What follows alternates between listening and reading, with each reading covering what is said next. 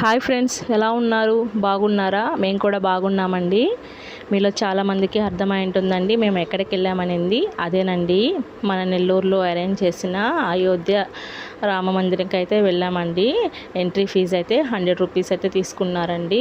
స్టార్టింగ్లో కొన్ని థీమ్స్తో అయితే ఫొటోస్ దిగామండి. ఇట్లా లోపలికి ఎంటర్ అవ్వగానే చూడండి, లైటింగ్స్తో అయోధ్యలో రామ మందిరం ఉన్నట్లుగానే ఎంత డెకరేటివ్గా ఇలా అరేంజ్ చేస్తున్నారో మనకు స్టార్టింగ్లో చూస్తున్నారు కదండి. గజరాజులతో అయితే స్టార్టింగ్ అనేది స్వాగతం ఎలా అరేంజ్ చేశారో అటు ఇటు 2 వయసుగా అయితే అరేంజ్ చేస్తున్నారండి.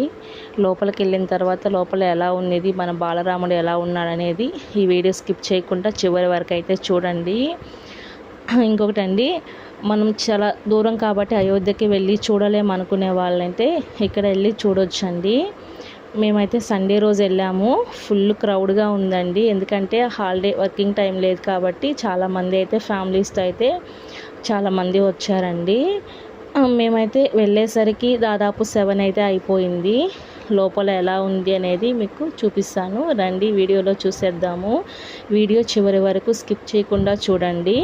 ఇప్పుడు చూపిస్తున్న దాంట్లో వచ్చేసి మనం బయటకు వచ్చేసిన తర్వాత వీడియో అండి. ఇటు రైట్ సైడ్ వెళ్తే లోపల అయితే ఎగ్జిబిషన్ అయితే అరేంజ్ చేస్తున్నారు.